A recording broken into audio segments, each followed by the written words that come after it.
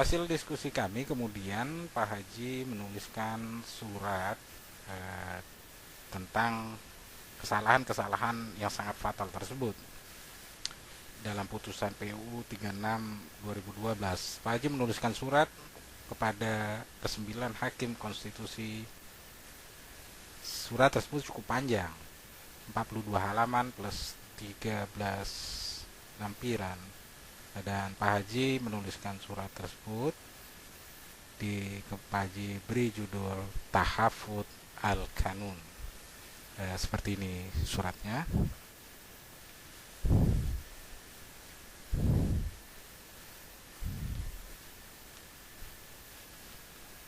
Dan surat ini kemudian dikirimkan Pak Haji kepada kesembilan hakim konstitusi pada tanggal 21 Desember 2012 melalui Sekjen Mahkamah Konstitusi melalui surat tercatat.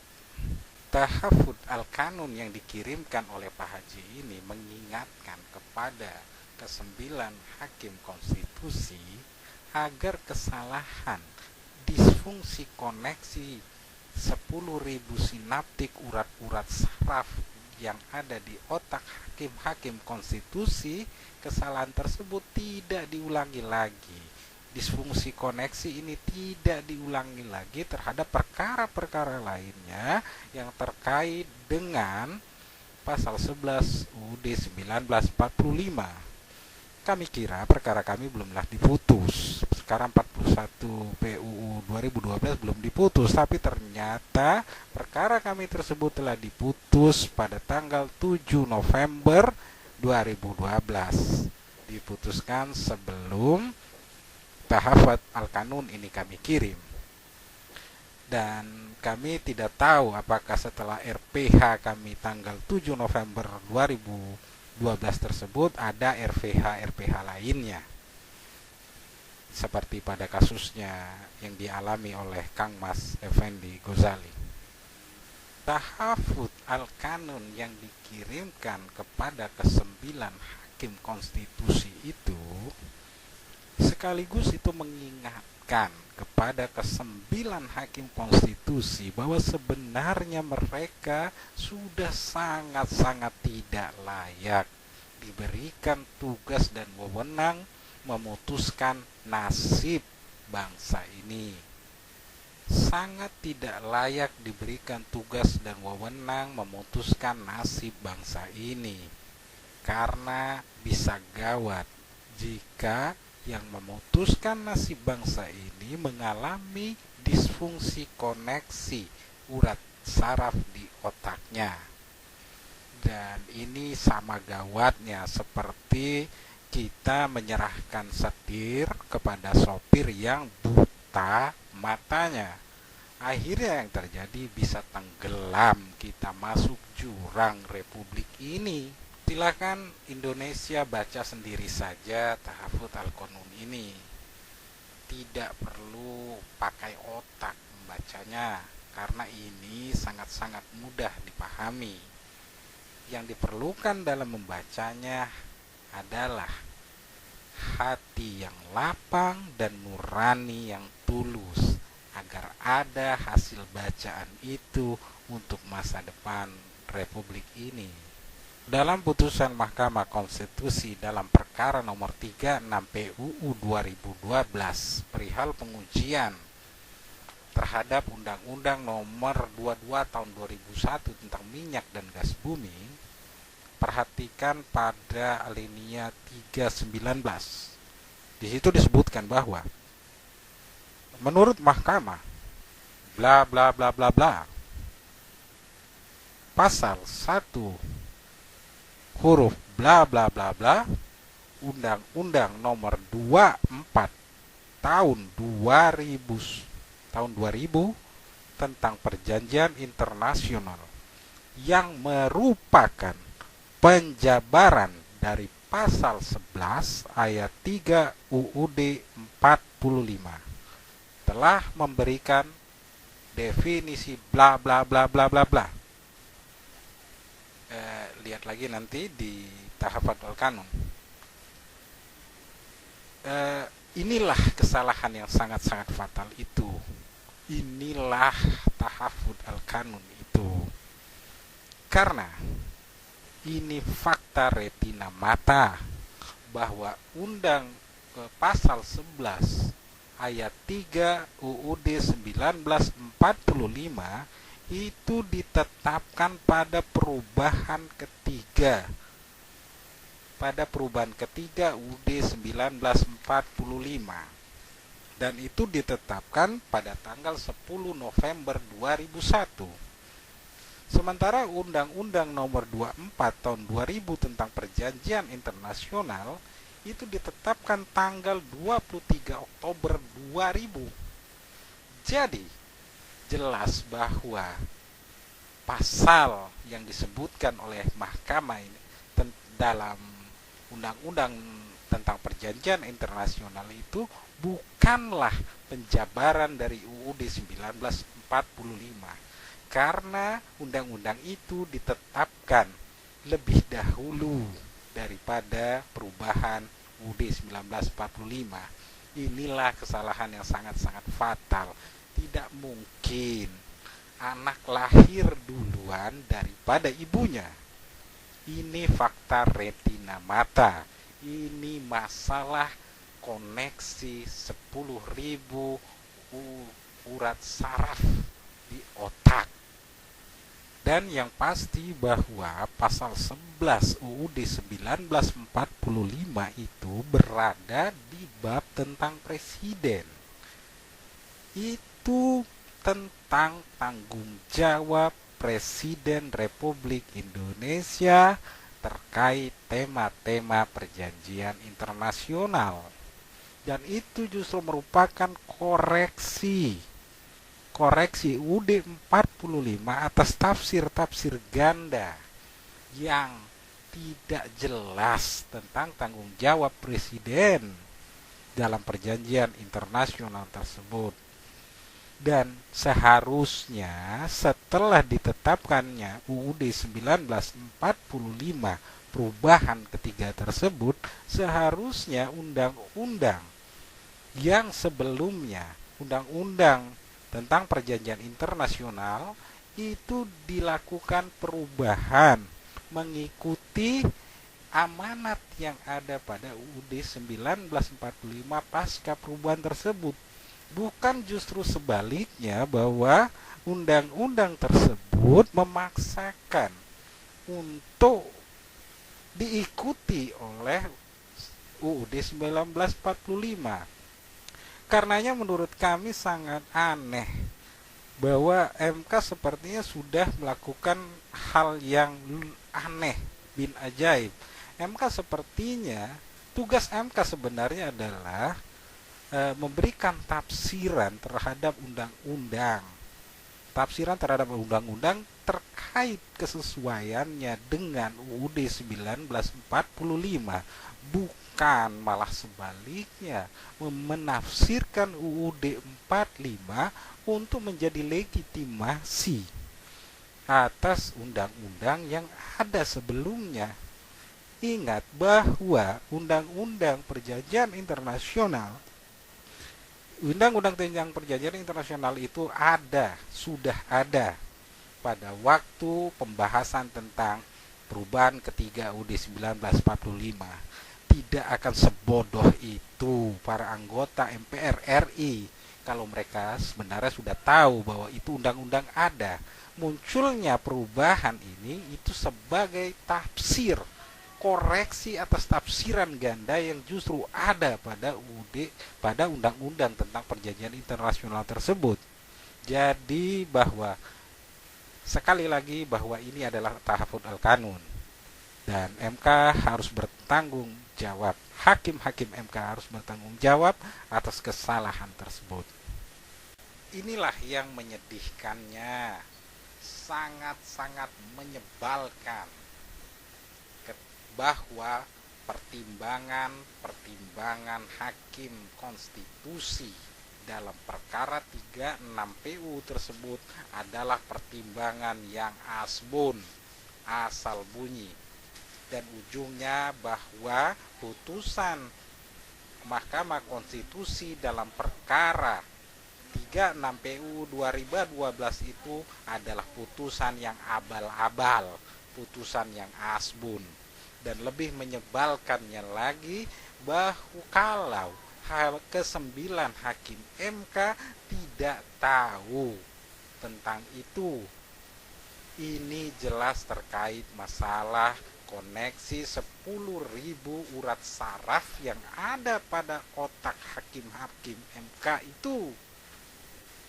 Dan jelas jika dianalogikan bahwa kalau putusan 36 PU tersebut adalah satu skripsi, kemudian hakim-hakim MK itu mahasiswanya, maka dengan tegas kita bisa nyatakan bahwa skripsi itu ngawur. Dan hakim-hakim MK yang membuatnya itu dinyatakan cum laude, tidak lulus. Cum laude, tidak lulus.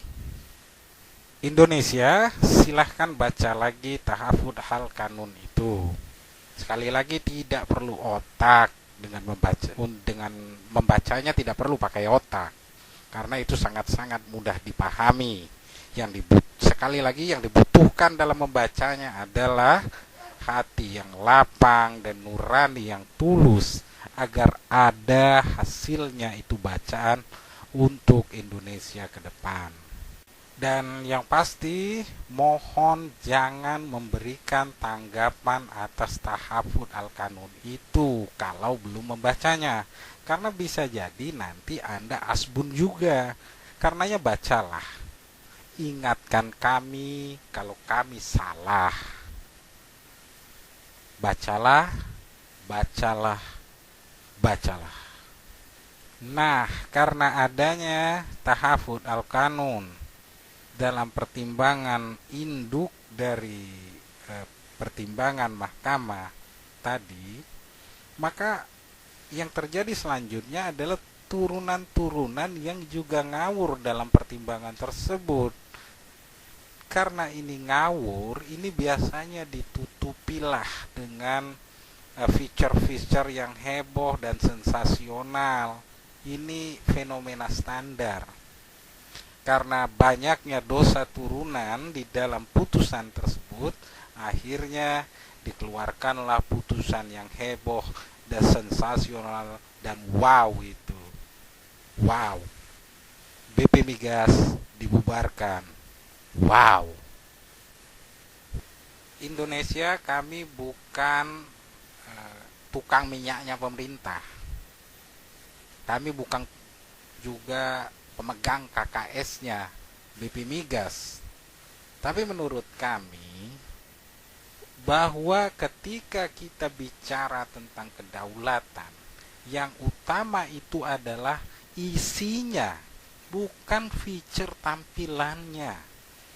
Dan KKS Migas, kontrak karya itulah isinya, bukan BP Migas.